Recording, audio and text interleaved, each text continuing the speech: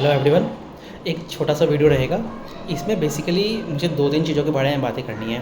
एक तो टैरिफ के बारे में बात करते हैं। तो अभी आप देखेंगे कि पूरे के पूरे न्यूज़ में टैरिफ को लेके बहुत ज़्यादा एक्साइटमेंट है, हर तरफ वही सब बातें होती रहती है।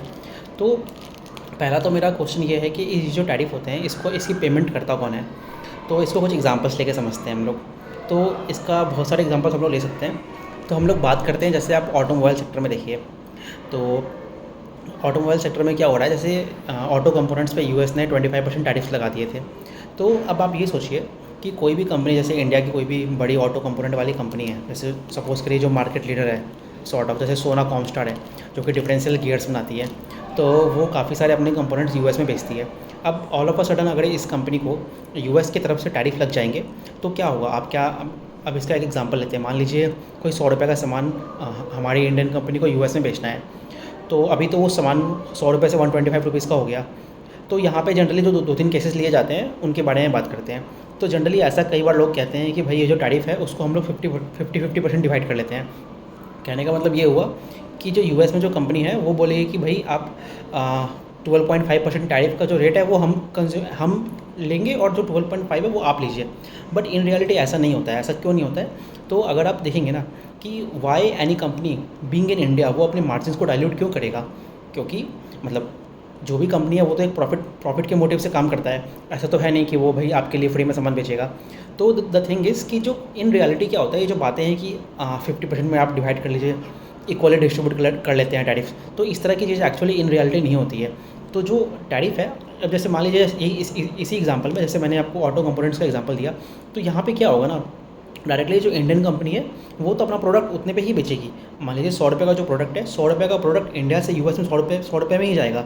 अब once it has reached in the US, तो वहाँ पे जो कस्टम्स है वो उस पर 25 रुपीज़ और ऐड करेगा। तो अल्टीमेटली वो जो प्राइसेस पे करना है वो वहाँ के कंज्यूमर्स पे करेंगे। तो हमें ये पॉइंट क्लियर होना चाहिए। अब हमारे लिए ये जाना तो ठीक है, इंपॉर्टेंट है। अब इसको अगर आप और इंडियन एग्जांपल से कंपेयर कीजिए, जैसे कि इंडिया में वो BMW कार्स होती है या फिर हार्ले डेविडसन हो गई जो कि यूएस से ही आता है। तो ये जो प्रोडक्ट्स होते हैं वो इंडिया में इतने कॉस्टली क्यों मिलते हैं? क्योंकि यहाँ पे जो हमारी गवर्नमेंट है ये भी इन पे प्रोटेक्टिव मेजर्स लगा के रखती है, ताकि जो हमारे डोमेस्टिक मार्केट है वो प्रोटेक्ट होकर रह पाए। तो अगेन जो इसकी प्राइसेस है, जो कंज्यूमर यहाँ पे रिच हैं वो उसकी प्राइसेस को पे करते हैं। तो अगेन द पॉइंट की जो टैरिफ्स को पे करना है वो जो कंज्यूमर होती है वो पे करती है ना। अब इससे जो हमें तो कंसर्न हमारे इंडियन कंपनीज़ को लेके है। तो उसके पॉइंट ऑफ व्यू से देखते हैं। तो अब मान लीजिए जैसे ये एक ऑटो कंपोनेंट वाली कंपनी है, या फिर इन जनरल जैसे अभी आईटी कंपनीज़ को वो H1B वीज़ा वाला केस स्टार्ट हुआ है, या फिर बहुत सारे सेक्टर्स में और भी टेक्सटाइल सेक्टर्स हो गया जो कि low skilled high labour intensive jobs होगी। टेक्सटाइल हो गई, लेदर की जॉब्स होती है, श्रिम्प फार्मिंग होती है जो वाइजैक वगैरह एरिया से आपको एक्सपोर्ट होता है इंडिया से यूएस में। तो इन सभी सेक्टर्स में क्या इशू होगा? अब आप ये समझिए कि वहाँ पे अगर टैरिफ्स लगा दिए गए हैं उन पे, तो हमारा प्रोडक्ट महंगा हो गया है एक तरह से अल्टीमेटली वहाँ के कंज्यूमर्स के लिए। तो अब इसमें क्या होना है? तो ये वाला जो अब ये बताइए, क्या जो यूएस की कंपनीज़ है क्या वो अगेन वो इंडिया वाले प्रोडक्ट्स को मंगाना चाहिए कि नहीं मंगाना चाहेगी? यहाँ पे अब 2 केसेस हैं। एक ऐसा केसेस कि जो सामने वाली कंपनी है, जो दूसरी कंट्री की कंपनी है, उसके लिए अगर ऐसा अल्टरनेटिव है कि वो किसी थर्ड कंट्री से मंगा ले उसी सामान को सस्ते में, तो वो तो या तो एक ऑप्शन वो मंगाएगा, ठीक है। लेकिन अगर पहले केस में आते हैं, तो पहला केस जो आपने देखा ना, तो जैसे आप ये एप्लीकेबल है आपके लेदर वाले जो सेगमेंट्स हो गए इंडिया में, फिर टेक्सटाइल वाले सेगमेंट हो गए जो कि साउथ ईस्ट एशियन कंट्रीज़ हो गई, बांग्लादेश, वियतनाम। इन कंपनीज़ में वो जो लेबर कॉस्ट है वो इंडिया की कॉम्पिटिटिव है। तो वहाँ पे जो कंपनीज़ होगी ना, वो आपके उस पर्टिकुलर कंपनी से अपना प्रोक्योरमेंट स्टार्ट कर देगी, ठीक है। अब अगेन वो कितना सक्सेसफुल होगा या नहीं होगा वो डिपेंड करेगा आपके वैल्यू चेन कैसी आपकी स्ट्रॉन्ग है। बट वो अभी डिस्कशन नहीं है हमारा इस वीडियो का। अब मैं इसको अब दूसरे केस से बोलता हूँ। फॉर एग्जांपल जैसे कि स्पेशलाइज्ड जॉब्स हो गई या फिर स्पेशलाइज्ड प्रोडक्ट्स हो गए। जैसे आपके जो डिफरेंशियल गियर्स जो मैंने एग्जांपल बोला था, वो आपकी सोना कॉमस्टार एक one of the market leader है पूरे वर्ल्ड में ही। मतलब काफ़ी सारा फर्स्ट या सेकंड पे मार्केट पूरी कैप्चर करके रखा हुआ है। तो अब जो ऐसी कंपनीज़ है, तो यहाँ पे सिंस वो तो प्रोडक्ट कॉस्टली हो गया है, तो इन प्रोडक्ट्स का क्या होना है? ये जो प्रोडक्ट्स की जो डिमांड है ना, या तो अब जो यूएस की कंपनीज़ है they will try to look for some other मतलब अदर कंपनीज़ को ढूंढने की कोशिश करेंगे। बट वहाँ पे 2 ऑप्शन बट वो इतना ईजी नहीं होगा कि सिंस ये तो सोफिस्टिकेटेड प्रोडक्ट्स है ना, कोई भी नई प्रोडक्ट्स आती है वो उसके डेवलपमेंट में 2-3-4 साल लगते हैं तभी तो बनता है। तो इनके लिए जो सप्लाई चेन नया बनाना होता है वो इतना ईजी नहीं होता है। तो एट द सेम टाइम जो आपके यूज़र्स हैं वहाँ पे, वो तो उतना महंगा कॉस्ट पे खरीदेंगे नहीं। तो इस डिमांड का क्या होगा, ये जो डिमांड होगी ये एक्चुअली डिसअपेयर हो जाएगी। डिसअपेयर कहने का मतलब क्या है, ये आपकी पूरी सप्लाई चेन से ही निकल जाएगा। तो दैट मीन्स कि वहाँ वो जो कंपनी है वो अल्टीमेटली वो सामान को बेचेगा नहीं, क्योंकि उसको अल्टरनेटिव सोर्स भी नहीं मिल रहा है, और at the same time India वाले प्राइसेस पे मंगा नहीं सकता है, क्योंकि यहाँ से वो कॉस्टली मिल रहा है। ये वाला केस है। अब इंडियन कंपनी के लिए क्या होगा, इंडियन कंपनी के लिए इसका इम्पैक्ट ये है कि अल्टीमेटली इसका रेवेन्यू जो है वो अफेक्ट हो जाएगा। तो ये वाला पॉइंट मैं समझाना चाह रहा था आपको। तो अब इसी से रिलेटेड मैं आपको एक और पॉइंट बताता हूँ, डिमांड की इलास्टिसिटी से। तो इलास्टिसिटी क्या होती है बेसिकली, मतलब जैसे प्राइस चेंज हो गया तो उससे मेरा डिमांड किस तरह से चेंज हो रहा है। जैसे यहाँ पे आपने देखा ना कि प्राइसेस चेंज होने से मेरा डिमांड पूरा का पूरा ख़त्म ही हो गया एक तरह से। अब इसी में मैं आपको कुछ और एग्जांपल्स देता हूँ। अब जैसे सपोज़ कीजिए यही वाला चीज़ अगर आपके किसी सॉल्ट या फिर जो मिल्क, जो हमारी बेसिक नेसेसिटी वाली चीज़ें हैं उनमें होता, तो वहाँ पे ऑल्दो प्राइसेस बढ़ जाते तो भी मैं उन प्रोडक्ट्स को लेता, है ना, because I don't have any other options. मेरे लिए वो कंज्यूम करना नेसेसरी ही है। अब तो ये डिमांड इलास्टिसिटी के बारे में हो गया। अब मैं इसको एक और आपको इंटरेस्टिंग चीज़ से कनेक्ट करता हूँ।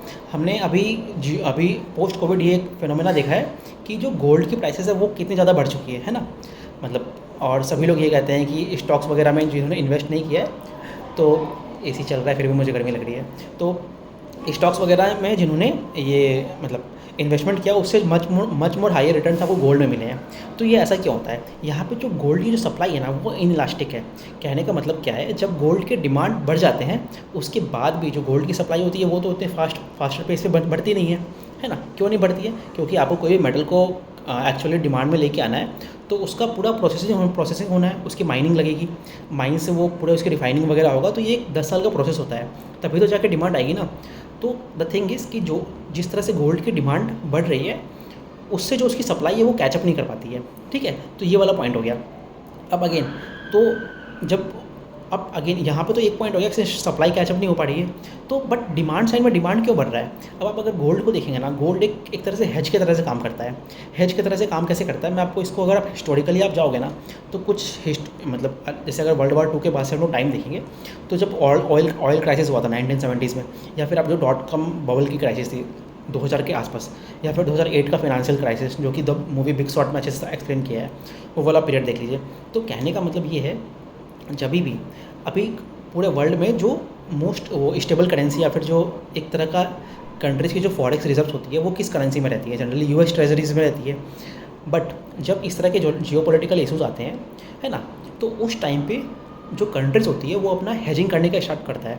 तो वहाँ पे वो लोग क्या करते हैं, खास करके गोल्ड में अपनी इन्वेस्टमेंट बढ़ा देते हैं। अब इसका अगर आप देखेंगे ना, एग्जांपल मैं आपको बताता हूँ कि अभी पोस्ट कोविड क्या हुआ है।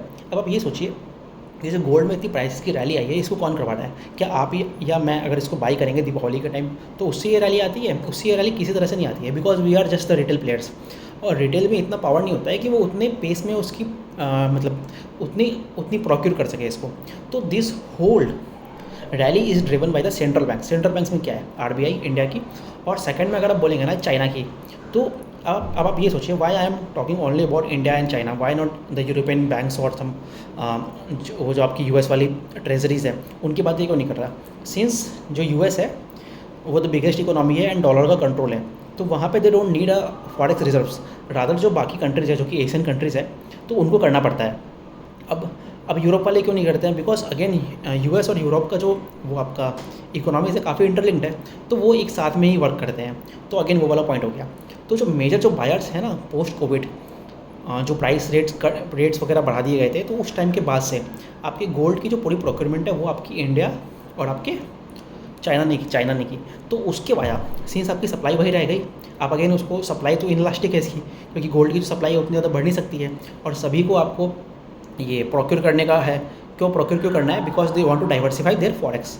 तो उसके कारण ये गोल्ड की ड्रिवन है, this is the rally driven by that particular thing. और ये सिर्फ ऐसा नहीं है कि अभी हो रहा है, this is a common phenomena. आप हिस्ट्री में जाके देखिए, मैंने कुछ एग्जांपल्स आपको दिए हैं। अभी 2008 की क्राइसिस हो गई, पोस्ट कोविड का जो प्रेजेंट टाइम चल रहा है 1970s का टाइम हो गया 2000 के आसपास। तो दीज आर द पीरियड्स जहाँ पे गोल्ड की अच्छी खासी रैली होती है। तो these are again all driven by the demand supply gaps, और कितने आप उसको हेज की तरह से लेते हैं। तो आई थिंक आपको ये पूरा जो पॉइंट है, ये टैरिफ्स का पॉइंट हो गया, गोल्ड का पॉइंट हो गया, डिमांड कैसे चेंज होता है, ये सारे पॉइंट्स को आप अच्छे से कनेक्ट कर पा रहे होंगे।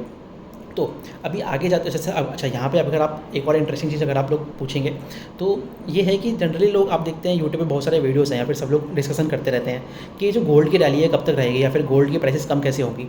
तो इसका पहले बात तो मुझे इसका कोई आंसर नहीं पता है, बट अगेन अगर आप इसको हिस्ट्री से कनेक्ट करेंगे और जिस तरह के ट्रेंड्स रहे हैं अगर मैं उसको देखूँ तो इससे मैं अगर अपने पॉइंट्स को कनेक्ट करूँ तो अगर आप देखेंगे ना, जब gold as a hedging tool का इफेक्टिवनेस कम हो जाएगा then again people will switch to bonds और जो ट्रेजरी वाली चीज़ें हैं वो। तो अभी जैसे रेट कट्स वाले साइकिल स्टार्ट हो जाएंगे तो अगेन जो वर्ल्ड का जो मनी है तो वो again that will keep on moving towards this treasury sides. तो अगेन धीरे धीरे आप देखेंगे आने वाले समय में। और रेट कट साइकिल्स तो अगेन यूएस में अभी रिसेंटली कट हुआ था, इंडिया में भी स्टार्ट हो गया है, यूरोप में भी स्टार्ट हो गया है। तो we are again moving in that particular direction. तो अगेन अब ये कब होता है, अब अगर ऐसा है कि मान लीजिए कोई और वॉर स्टार्ट हो गया, कोई नया जियोपॉलिटिकल इशूज़ आ गए, तो अगेन ये सारी चीज़ें मतलब there are so many moving pieces in this particular segment. तो इट्स नॉट ये हमारे लिए इतना एप्लीकेबल नहीं है कि हम उसको डिटरमाइन कर सकें, बट इसको एटलीस्ट हम अंडरस्टैंड तो कर सकते हैं कि भाई कैसे हो रहा है ये चीज़। तो आई होप इस वीडियो के से आपको थोड़ा थोड़ा आइडिया लगा होगा कि किस तरह से ये सारी चीज़ें मूव होती है। तो मैं एक ट्विटर पे एक शेयर कर दूंगा, I will tweet one image जिसमें आपको अच्छे से क्लियर दिखेगा कि कैसे ये रैली आई है और कैसे ये जो एशियन कंट्रीज़ है जैसे कैसे वो गोल्ड की सप्लाई मतलब गोल्ड की जो प्रोक्योरमेंट है अपने फॉरेक्स में उसको कैसे रैंप अप कर रहे हैं। तो आई होप आपको ये पूरा टैरिफ और ये जो पूरा डिमांड वाला सिनेरियो ये आपको अच्छे से समझ में आया होगा। Thank you very much.